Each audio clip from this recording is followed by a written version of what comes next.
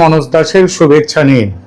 ভারত বাংলাদেশের মূলধারার সংবাদ মাধ্যমগুলি, সোশ্যাল মিডিয়া, সর্বত্র একটা গুঞ্জন বা জল্পনা বা খবর এখন খুব প্রবলভাবে দাপিয়ে বেড়াচ্ছে।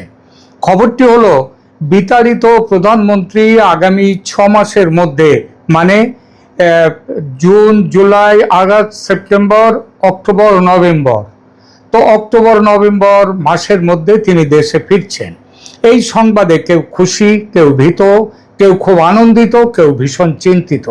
আর এই খুশি, ভয়, আনন্দ, দুশ্চিন্তা একটা কথা বুঝিয়ে দিচ্ছে, শেখ হাসিনার এই দেশে ফেরার খবর স্রেফ জল্পনা নয়, স্রেফ ভিত্তিহীন কোনো গুজব কোনো দিক থেকে বাইরে ছড়িয়ে দেওয়া হয়নি। এমনটা ঘটার যথেষ্ট সম্ভাবনা আছে, অর্থাৎ তার দেশে ফেরার সম্ভাবনা প্রবল। রাজনীতিতে কোনো কিছু হঠাৎ ঘটে না, সব কিছুর মধ্যে একটা প্রক্রিয়া থাকে। যে প্রক্রিয়া সবসময় সাদা চোখে দেখা যায় না। দেখা যায় না মানে যে তার কোনো অস্তিত্ব নয় তা কিন্তু নয়। 2024-এর 4 আগস্ট রাতেও শেখ হাসিনা জানতেন না যে পরদিন 5 আগস্ট তাকে প্রাণ বাঁচাতে ভারতে আশ্রয় নিতে হবে। এটা শুধু তিনি যে ভাবেননি তা নয়, বাংলাদেশের কয়টা মানুষ জানতো সে ঘটনা, যে 5 তারিখ দুপুর হওয়ার আগেই, দুপুর শেষ হওয়ার আগেই তাকে চলে আসতে হবে। খুব কম সংখ্যক মানুষ যারা হাসিনার পতন ঘটাবার ষড়যন্ত্রে যুক্ত ছিল, কেবল তারাই জানতো, মানে সেনাবাহিনীর এবং যে দেশি বিদেশি রাষ্ট্রদূতরা, দেশি বিদেশি রাজনীতিবিদরা, তারা জানতেন। বাংলাদেশের বর্তমান রাজনীতিতে তাই এই মুহূর্তে শেখ হাসিনার দেশে ফেরার সম্ভাবনা সবচেয়ে আলোচিত প্রসঙ্গ এবং প্রশ্ন বটে, যে শেখ হাসিনা ফিরছেন। তিনি কি সত্যিই ফিরছেন? একসময় যাকে মনে করা হয়েছিল রাজনৈতিকভাবে শেষ, নির্বাসিত, বিচ্ছিন্ন, আজ তাকে ঘিরে আবার কেন এত আলোচনা? কেন ভারতীয় মিডিয়ায় তার ফিরে আসা নিয়ে ধারাবাহিক বার্তা দেওয়া শুরু হয়েছে? আনন্দবাজার, হিন্দু, সমস্ত কাগজে। কেন বিএনপি সরকারের তথ্য সম্প্রচার বিষয়ক উপদেষ্টা জাহেদুর রহমান 2 দিন আগেও বলেছেন, দেশে ফিরলে শেখ হাসিনা পুনর্বিচারের সুযোগ পাবেন, সুবিচার পাবেন? কেন বললেন এ কথাটা? এটা যদি বড় কোনো ইঙ্গিত বলে কেউ মনে না করেন, কারোর যদি সেরকম মনে না হয়, তাহলে বলতেই হয় যে তিনি রাজনীতির ভাষা বোঝেন না। শুধু জাহেদুর রহমান নন, জুলাই আন্দোলনের ছাত্র নেতারা, আর তারা বলছেন পতিত ফ্যাসিস্টকে ফেরাবার একটি ষড়যন্ত্র চলছে। তো হঠাৎ এসব কথা কেন উঠছে?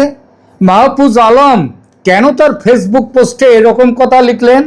আজকের এই ভাষ্যে, এই প্রতিবেদনে আমরা খুঁজে দেখব শেখ হাসিনার সম্ভাব্য প্রত্যাবর্তন কি শুধুই রাজনৈতিক গুজব, নাকি দক্ষিণ এশিয়ার নতুন ক্ষমতার খেলায় এটি বাস্তব এক অন্য রকম অধ্যায়ের সূচনা। 2024 সালের জুলাই আন্দোলনের কথা মনে করুন। রাস্তায় লাখো তরুণ, রাষ্ট্রের বিরুদ্ধে তীব্র জনরোষ, ক্ষমতার ভিত কাঁপছে। আর তারপর বাংলাদেশের দীর্ঘতম সময়ের ক্ষমতাধর নেত্রী শেখ হাসিনার পতন। তখন মনে হয়েছিল এ হলো হাসিনার ইতিহাসের শেষ অধ্যায়, মানে হাসিনার উপন্যাস শেষ হয়ে গেল। আওয়ামী লীগ আর কখনো দাঁড়াতে পারবে না। বাংলাদেশ ঢুকে গেছে হাসিনা পরবর্তী বা পোস্ট হাসিনা যুগে। কিন্তু ইতিহাস খুব কম সময়ই সরল রেখায় চলে। ইতিহাসের চলা নদীর মতো আঁকা বাঁকা পথ ধরে। প্রথমে এলো অন্তর্বর্তী সরকার, 18 মাসের অপশাসন, কুশাসন, মানুষ অতিষ্ঠ। তারপর নির্বাচন, বিএনপির বড় বিজয়, তারেক রহমানের নেতৃত্বে নতুন সরকার। জুলাই আন্দোলনের ছাত্র নেতাদের অনেকেই নির্বাচনে পরাজিত হলেন। যে বিপ্লবী ঐক্য একসময় অপ্রতিরোধ্য মনে হয়েছিল, তা ধীরে ধীরে ভাঙতে শুরু করলো। ভাঙতে ভাঙতে একেবারে চৌচির। কেন? কারণ আন্দোলন আর রাষ্ট্র পরিচালনা এক জিনিস নয়। রাস্তায় স্লোগান দিয়ে ক্ষমতা দখল করা যায়, কিন্তু রাষ্ট্র চালাতে লাগে সংগঠন, প্রশাসন, অর্থনীতি, আন্তর্জাতিক সম্পর্ক সম্পর্কে জ্ঞান, আর সবথেকে বড় প্রয়োজন দূরদৃষ্টি আর স্থিতিশীলতার জন্য যে কাজ দরকার হয় সেই কাজ। আর সেখানেই শুরু হয়ে গেল নতুন বাস্তবতা, তাই না? বাংলাদেশের মানুষের একটি বড় অংশ খুব দ্রুত বুঝতে শুরু করলো পুরনো ব্যবস্থার বিরুদ্ধে ক্ষোভ থাকলেও, হাসিনার বিরুদ্ধে ক্ষোভ থাকলেও নতুন ব্যবস্থা অসহ্য। আগে হাসিনার আমলে অবিচার ছিল, কিন্তু এত মাৎসন্যায়, এত অপশাসন, কুশাসন ছিল না। অন্তর্বর্তী সরকারের 18 মাসে মানবাধিকার লঙ্ঘনের ঘটনা সংখ্যায় ছাড়িয়ে গেল শেখ হাসিনার 15 বছরের রেকর্ড। সংবাদপত্র হয়ে গেল প্রশাসনের ধামাধরা পুতুল। মব জাস্টিসের নামে শুরু হয়ে গেল হত্যার নির্বিচার রাজনীতি, আর সেটাই হয়ে উঠল রাষ্ট্র ব্যবস্থার পরিচয়। আর নোবেল বিজয়ী মোহাম্মদ ইউনূস মব জাস্টিসকে একান্ত নির্লজ্জের মতো বললেন জনরোষের স্বাভাবিক বহিঃপ্রকাশ। চমৎকার। ধরা যাক দু একটা ইঁদুর এবার, আমার কথা নয়, জীবনানন্দ দাশের কবিতার লাইন। এর সঙ্গে পাল্লা দিয়ে বাড়ল দ্রব্যমূল্য, অর্থনৈতিক অনিশ্চয়তা, প্রশাসনিক অদক্ষতা, একের পর এক কারখানা বন্ধ হয়ে যাওয়া, বিদেশে রপ্তানি বন্ধ, টাকার অভাবে আমদানি বন্ধ, ক্ষমতার অভ্যন্তরীণ দ্বন্দ্ব, প্রবলতম দুর্নীতি, এবং সবচেয়ে বড় যেটা সেটা হলো মৌলবাদীদের দাপাদাপি। দেশকে মধ্যযুগের অন্ধকারে নিয়ে যাওয়ার ভয়ঙ্কর খেলা শুরু হয়ে গেল বাংলাদেশ জুড়ে। আর তখনই মানুষের স্মৃতিতে এক অদ্ভুত পরিবর্তন শুরু হলো। যাকে একসময় বলা হচ্ছিল স্বৈরাচার, তাকেই নিয়ে মানুষ বলতে শুরু করলেন, একজন নয়, 1 থেকে 2, 2 থেকে 200, 200 থেকে 2000, 2 লাখ, 2 কোটি। তারা বলতে শুরু করলেন আগে তবুও সিস্টেম চলতো, রাষ্ট্র অন্তত স্থিতিশীল ছিল, আইন শৃঙ্খলা ভালো ছিল, মানুষের হাতে কাজ ছিল, পেটে ভাত ছিল। এটাই রাজনীতির সবচেয়ে জটিল মনস্তত্ত্ব। ক্ষমতাচ্যুত নেতারা কখনো কখনো ক্ষমতায় থাকাকালীন সময়ের চেয়ে পরে বেশি কার্যকর বলে মনে হতে শুরু হয়। জীবিত জুলিয়াস সিজারের চেয়ে মৃত জুলিয়াস সিজার আরো বেশি শক্তিশালী। কিন্তু এখানেই গল্প শেষ নয়। আসল নাটক শুরু হয় আন্তর্জাতিক রাজনীতিতে। ভারতের হস্তক্ষেপে তারেক রহমানের দেশে ফেরা সম্ভব হলো 17 বছর পর। নির্বাচনে বিএনপির বিপুল জয় এলো। অনেকেই বলল ভারতের ইঞ্জিনিয়ারিং এর দরুন। এই কথাটা আমার কথা নয়, বাংলাদেশের মানুষ, জামাত পর্যন্ত তাই বলেছে, যে ইঞ্জিনিয়ারিং এর একটি অংশ ছিল বিএনপির পক্ষে আওয়ামী লীগ সমর্থকদের বড় অংশের ভোট দান। জিতল বিএনপি 2/3 বেশি মেজরিটি নিয়ে। ভারত বন্ধুত্বর হাত বাড়িয়ে দিল সেই তারেক রহমানের আসার আগে থেকে। আন্তরিকভাবে বিএনপি সরকারের সঙ্গে সম্পর্ক পাকা করতে চেয়েছিল ভারত, কারণ দিল্লি বুঝেছিল নতুন বাস্তবতা মেনে নেয়াই বাস্তববাদী কৌশল। কিন্তু এরপর কি হলো?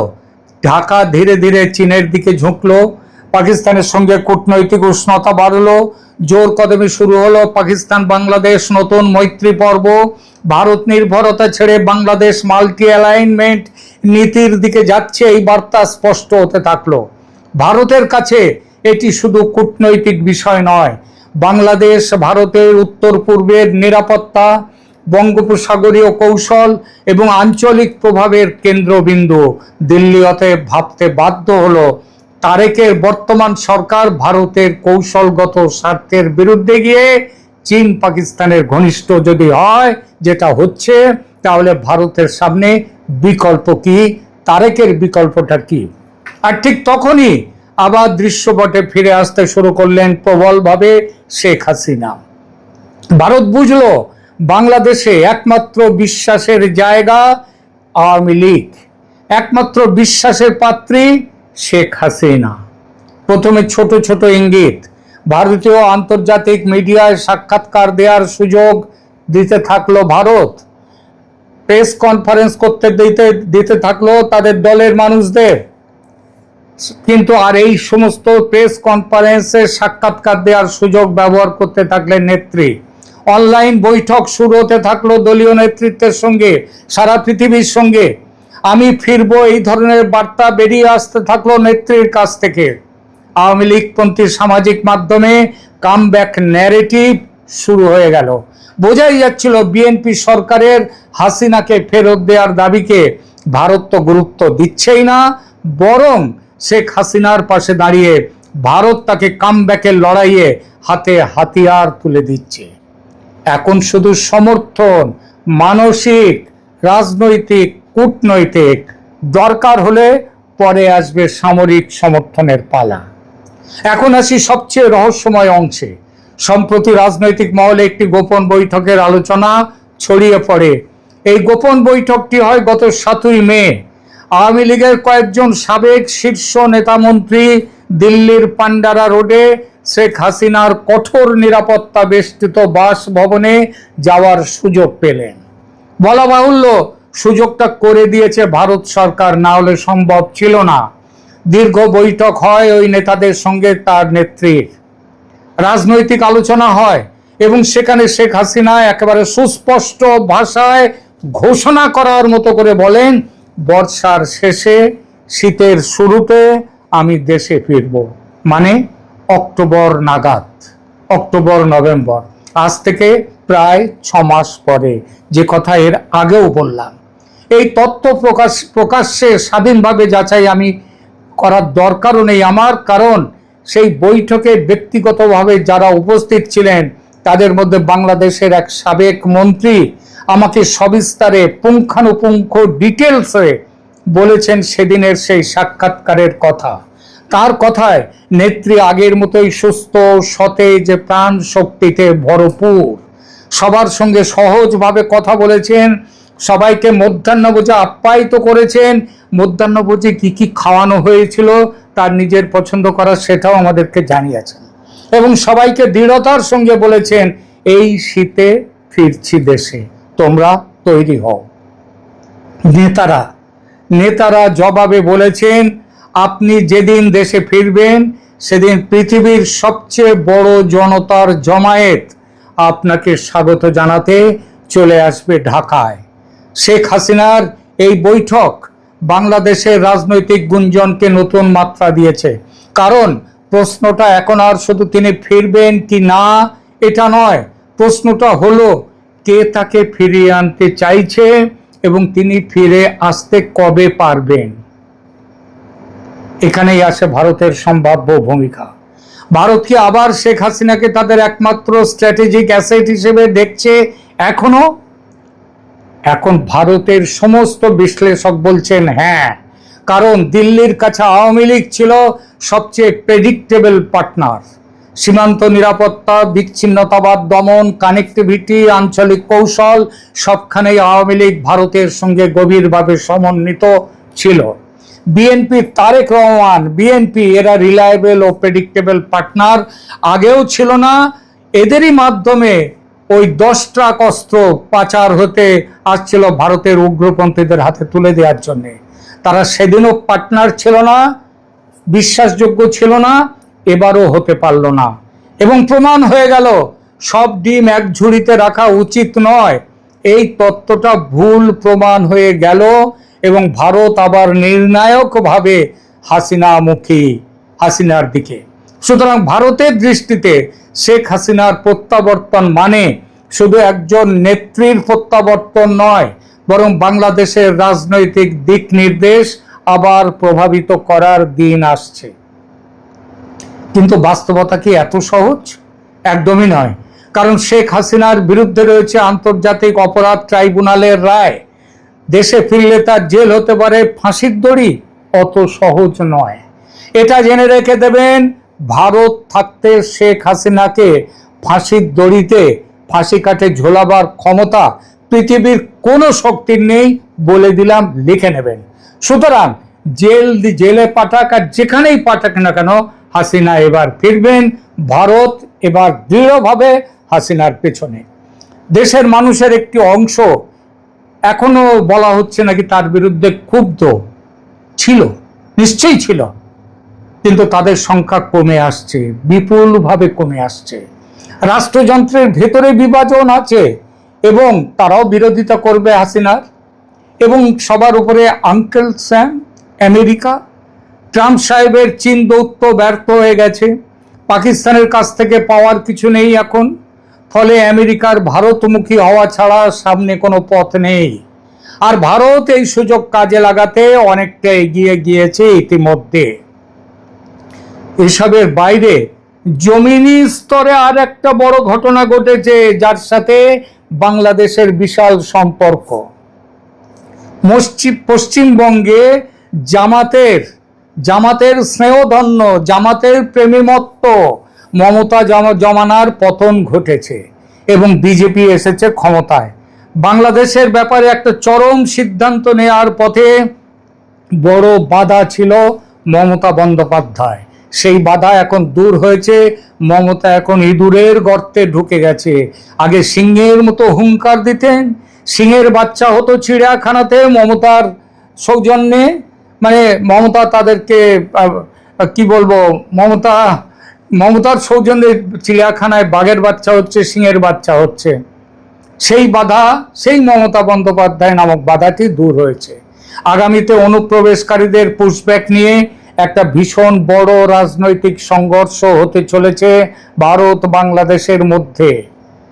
এর ফলে পঙ্গু হয়ে যাবে, একেবারে পঙ্গু হয়ে যাবে বাংলাদেশের অর্থনীতি। তার ঢেউ লাগবে রাজনীতিতে, পুরো সমাজে। আর তখনই ফিরবেন শেখ হাসিনা। আর সেটি হবে বাংলাদেশের ইতিহাসের সবচেয়ে নাটকীয় এবং ঝুঁকিপূর্ণ রাজনৈতিক প্রত্যাবর্তনগুলোর মধ্যে সবার ওপরে।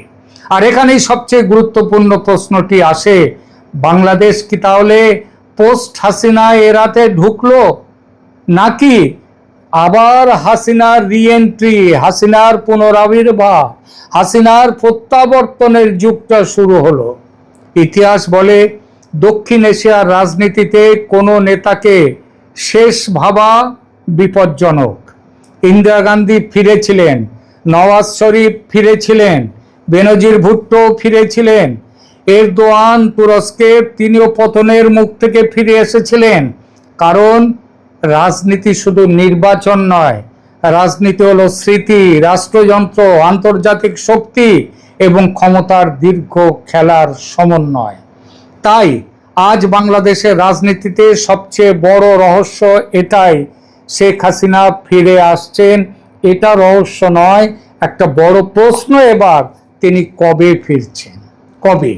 হয়তো উত্তরটা আমি বললাম পুরোপুরি পরিষ্কার অনেকের কাছে মনে নাও হতে পারে, কিন্তু একটি বিষয় স্পষ্ট, যাকে অনেকেই ইতিহাসের বাইরে চলে গেছেন ভেবেছিলেন, তিনি আবার বাংলাদেশের রাজনৈতিক আলোচনার কেন্দ্রে ফিরে এসেছেন। আর রাজনীতিতে কেন্দ্রে ফিরে আসা মানে কখনো কখনো খেলা শেষ হয়নি, খেলা নতুনভাবে শুরু হলো। আজকের এই প্রতিবেদন কেমন লাগলো আপনাদের বলবেন, কমেন্ট করে জানাবেন, লাইক দেবেন, শেয়ার করবেন বন্ধুদের মধ্যে, এবং এখনো যদি কেউ সাবস্ক্রাইব না করে থাকেন এই চ্যানেল, দয়া করে সাবস্ক্রাইব করুন, পাশে থাকুন। ধন্যবাদ।